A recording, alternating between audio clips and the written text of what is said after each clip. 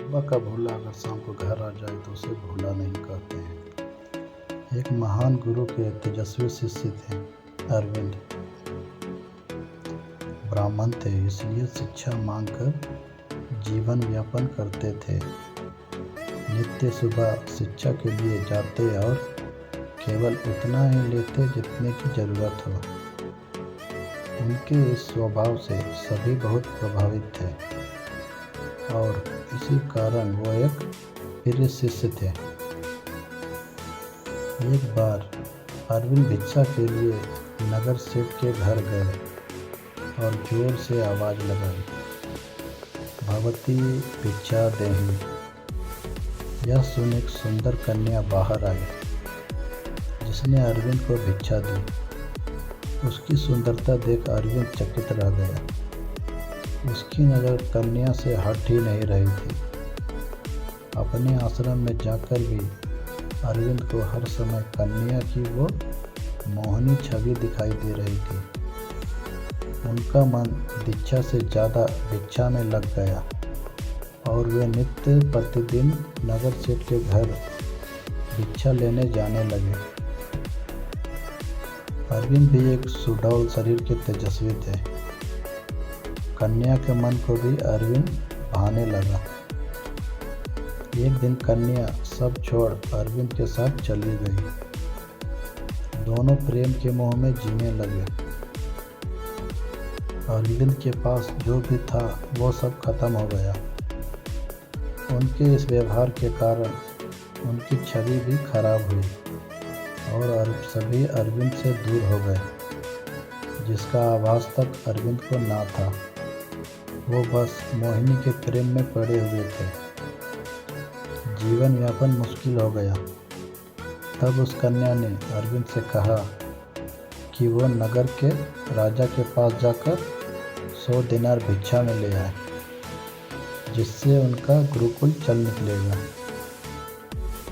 अरविंद ने बात मान ली और वे राजा के महल में पहुंचे, लेकिन उन्हें घुसपैठ समझकर बंदी बना लिया गया। दूसरे दिन राजा के सामने पेश किया गया। तब राजा ने उनसे सब बताने को कहा। अरविंद ने सत्य का हाथ अब तक न छोड़ा था, अतः उसने सारी बात राजा को बताई।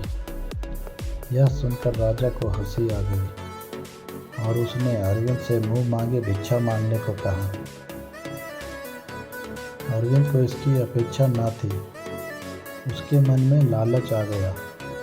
उसे लगा अच्छा अवसर है, इतना मांग लेना चाहिए कि जीवन पूरा बिना कार्य के कट जाए।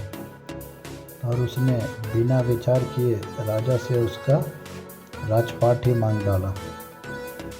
यह सुनकर सभी सभासद आश्चर्यचकित रह गए। राजा ने हंसकर कहा, हे भिक्षुक, आप जैसा कहते हैं वही होगा।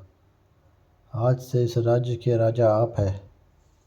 मैं और मेरा परिवार अब से वन में वास करेंगे। यह सुनकर अरविंद सन्न रह गया। उसे राजा के ऐसे उत्तर की कल्पना नहीं थी। तब अरविंद को एहसास हुआ कि यह सब ऐशो आराम, भोग विलास एवं कामुकता आदि क्षणिक है। मनुष्य की महानता उसके कर्म में है। इस घटना से अरविंद को अपने ज्ञान का पुनः आभास हुआ और उसने राजा से हाथ जोड़ क्षमा मांगी और उनका राज्यपाट लौटा दिया और स्वयं वापस जाकर अपनी मेहनत से जीवन यापन करने लगा और उसे पुनः सबका प्रेम मिला। इस पर कहा गया कि सुबह का भूला अगर शाम को घर आ जाए तो उसे भूला नहीं कहते हैं। यह सुबह का भूला अगर शाम को घर आ जाए तो उसे भूला नहीं कहते कहानी आपको कैसे लगी कमेंट अवश्य करें।